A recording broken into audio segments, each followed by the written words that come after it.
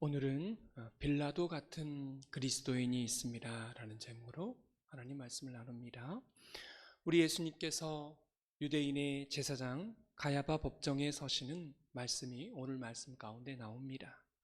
가야바 법정은 예수님께 사형 선고를 내리게 되는 거죠. 죄목은 예수님께서 평소에 말씀하셨던 내가 하나님의 아들이다, 바로 이것이 신성모독죄에 해당되어서 사형 언도를 내리게 됩니다. 그러나 유대인들은 사형 집행권이 없습니다.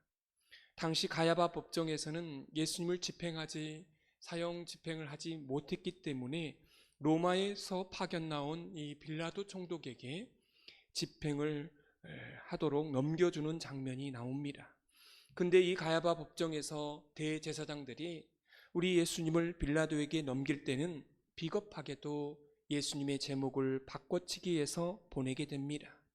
신성모독죄를 가지고서는 로마의 법정에서는 사형죄가 내리지 않는다고 하는 사실을 이 유대인들은 너무도 잘 알고 있었습니다. 그래서 이 사람들이 죄목을 바꿔치기 합니다. 오늘 2절의 말씀을 볼까요? 이렇게 나옵니다. 가이사에게 세금 바치는 것을 금하며 예수님께서 자칭 왕 그리스도라 하더이다 라고 유대인들이 빌라도에게 말했다는 것이죠. 또 3절에 보면 그 말을 들은 빌라도가 예수님께 이렇게 묻습니다. 네가 유대인의 왕이냐라고 묻습니다. 이렇게 질문했다는 것은 유대인들이 예수님의 제목을 무엇으로 바꿔치기 했냐면 신성모독죄에서 이제는 반란죄로, 소요죄로 예수님의 제목을 바꿔치기 했다라는 것을 볼 수 있습니다. 사랑하는 성도 여러분, 우리가 이 말씀을 볼 때에 여기에서 빌라도가 보여준 행동을 우리가 주목해 볼 필요가 있습니다. 이 빌라도는 어디를 봐도 사람을 볼 줄 아는 사람이었습니다.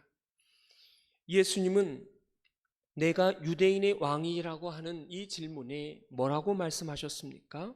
오늘 성경에 보니까 네 말이 옳도다, 맞다라고 대답하셨습니다. 이 한마디의 대답뿐이었어요. 그 이후에는 어떠한 응답도 예수님은 하지 않으셨습니다. 사실은 예수님이 재판장에게 무고하게 잡혀온 것 아니겠습니까? 보통 사람들은 이런 경우에는 다 변론을 하려고, 나는 무죄라고 입증하려고 많은 말들을 쏟아내게 됩니다.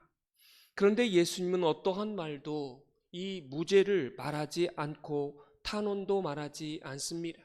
네가 유대인의 왕이냐 라는 말에 네 말이 옳도다, 이 한마디만 말하게 되면서 그 진술을 끝내게 되는 겁니다. 여러분, 마가복음 27장에 보면 예수님의 이런 반응에 대해서 빌라도가 뭐라고 말하냐면 이에 크게 놀라며 라고 마가복음에는 그렇게 쓰여져 있습니다. 우리 예수님의 이런 다른 사람과 다른 반응에 대해서 이 빌라도가요 놀랬다는 겁니다. 왜 그랬을까요? 이런 사람은 자기가 한 번도 본 적이 없으니까요. 이 말 뜻을 보면 우리 예수님에게는 그만큼 카리스마가 있었고 신적인, 영적인 권위가 있었음을 알게 됩니다. 빌라도가 사람을 좀 볼 줄 아는 사람이었어요. 보통 사람이 아님을 이 빌라도가 예수님을 보고 직감한 겁니다. 이런 면에서 빌라도가 대단한 사람이죠. 또한 빌라도는 진실을 아는 사람이었습니다. 빌라도는 예수님께서 무고하게 이 유대인들의 시기심 때문에 자신에게 넘겨주었다라고 하는 이 사실을 이 빌라도는 알고 있었던 것입니다.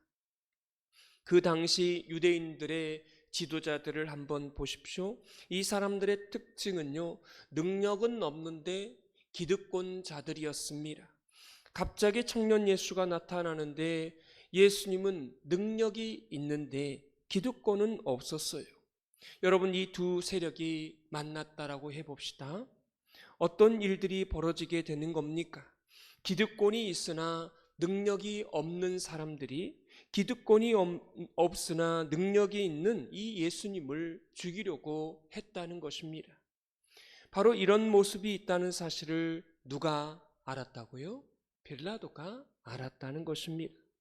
이것은 어디를 봐도 모함이고 시기심에서 나온 결과라는 사실을 이 빌라도가 알고 있었다는 것입니다. 이 사람이 그러면 어떻게 보면 대단한 사람이죠. 눈치가 빠른 거죠. 오늘 4절에 보면 내가 보니 이 사람 예수에게는 뭐가 없어요? 죄가 없도다라고 사람들 앞에서 공적으로 정확한 판단을 할 줄 아는 사람이었습니다. 이 빌라도는 진실을 아는 사람이었습니다. 이런 면에서도 빌라도가 대단한 사람이 맞는 거죠. 또한 20절 후반절에 보면 대안을 내놓을 줄 아는 사람이었습니다. 자기가 책임을 회피하려고 예수님의 고향의 갈릴리의 분봉왕인 헤롯에게 보냅니다.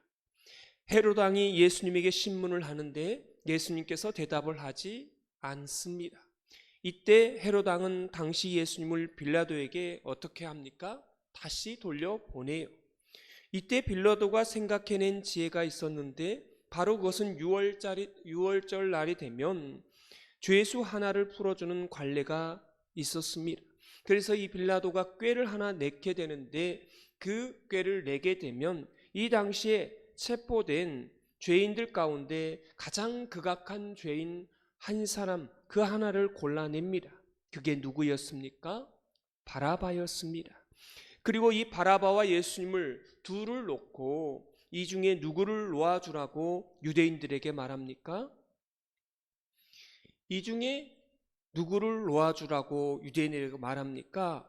이렇게 말하게 되면 사람들은 다 이 극악한 바라바를 놓아줄 줄로 알았던 거예요. 빌라도가 그런 생각을 했는데 어떻게 됐습니까?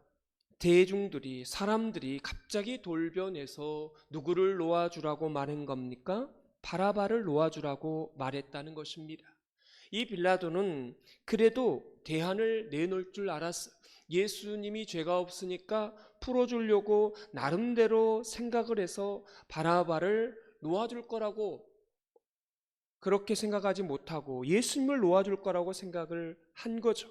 근데 이게 잘못되게 된 것입니다. 통하지 않게 되었습니다. 또 한 가지 이 빌라도에게는 좋은 점 하나가 있었죠. 그것은 바로 계시받은 아내가 자기 곁에 있었습니다. 마가복음 27장 19절에 보면 이런 내용이 나옵니다.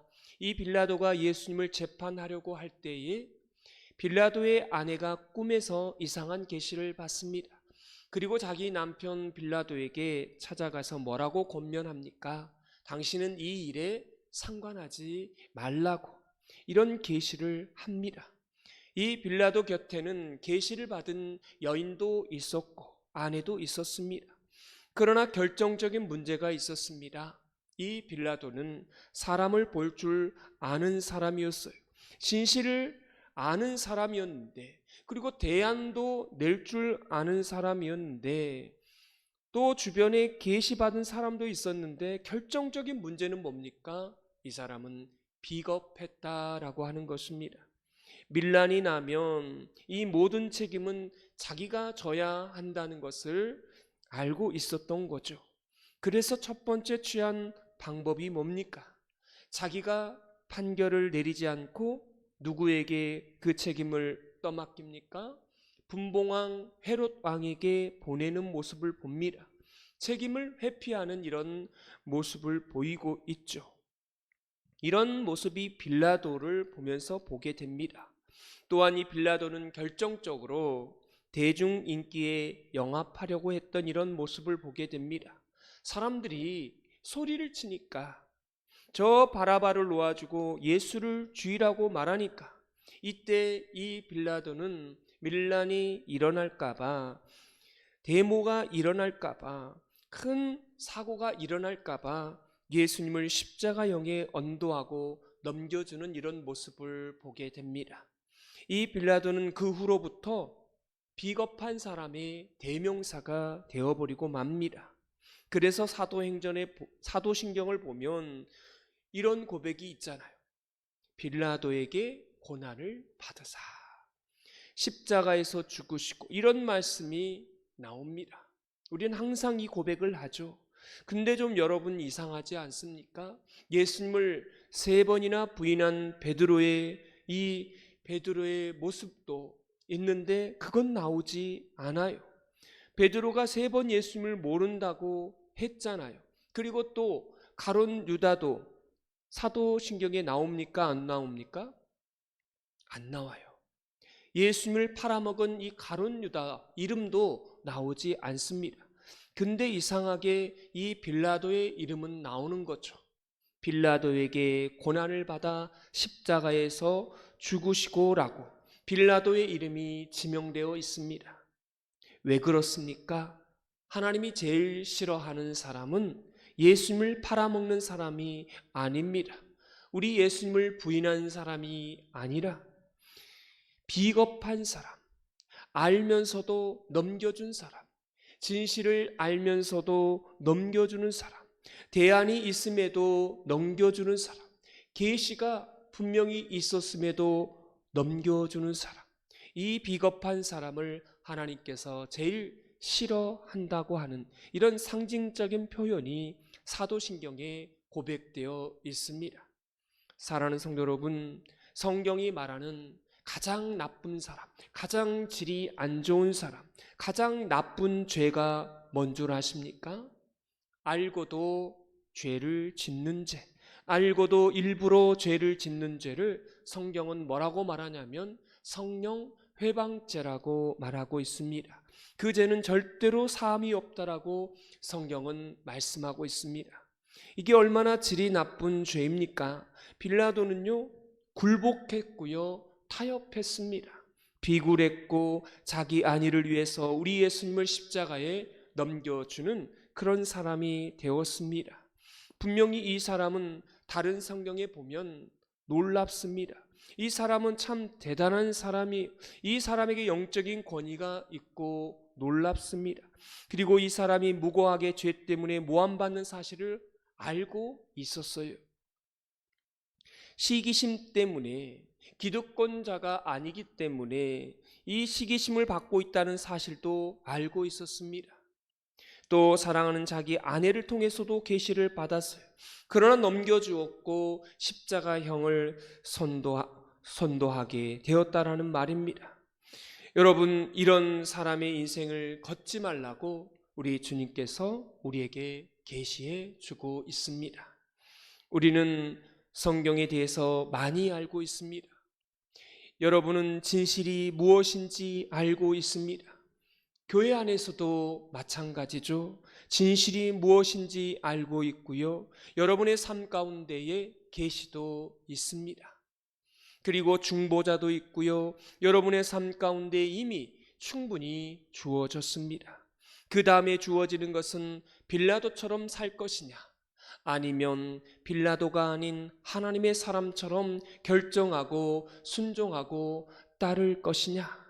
이것이 오늘 저와 여러분의 하루의 삶 가운데 이 선택이 놓여 있게 되는 것입니다. 여러분, 무엇을 선택하시겠습니까? 빌라도의 선택을 하시겠습니까? 이 선택이 여러분에게 놓여질 때 순종을 선택하시고 말씀의 복종을 선택하실 때에 저와 여러분의 삶 가운데 놀라운 하나님의 축복이, 은혜가 임하게 될 줄 믿습니다.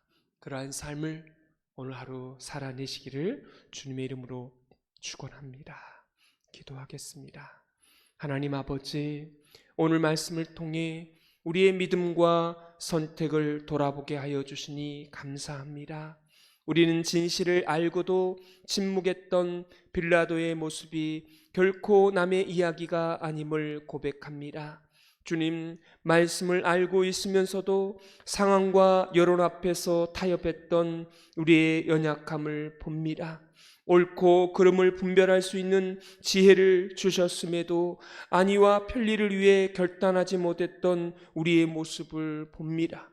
하나님, 우리에게 주어진 말씀과 계시와 경고의 음성을 외면하지 않게 하여 주시고 어떤 상황 속에서도 진리를 선택하는 이런 담대함을 허락하여 주옵소서. 사람의 눈이 아니라 하나님의 뜻을 바라보게 하여 주시고 손해가 있어도 순종의 길을 걷는 믿음을 주옵소서.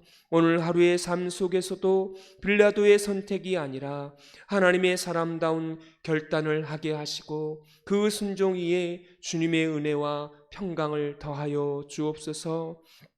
또 우리 권사님, 장로님 가운데에도 연약한 우리 성도님들이 계십니다. 하나님께서 하루속히 회복하여서 다시금 예배의 자리, 기도의 자리 가운데 있게 하여 주옵소서. 예수님의 이름으로 기도드리옵나이다. 아멘.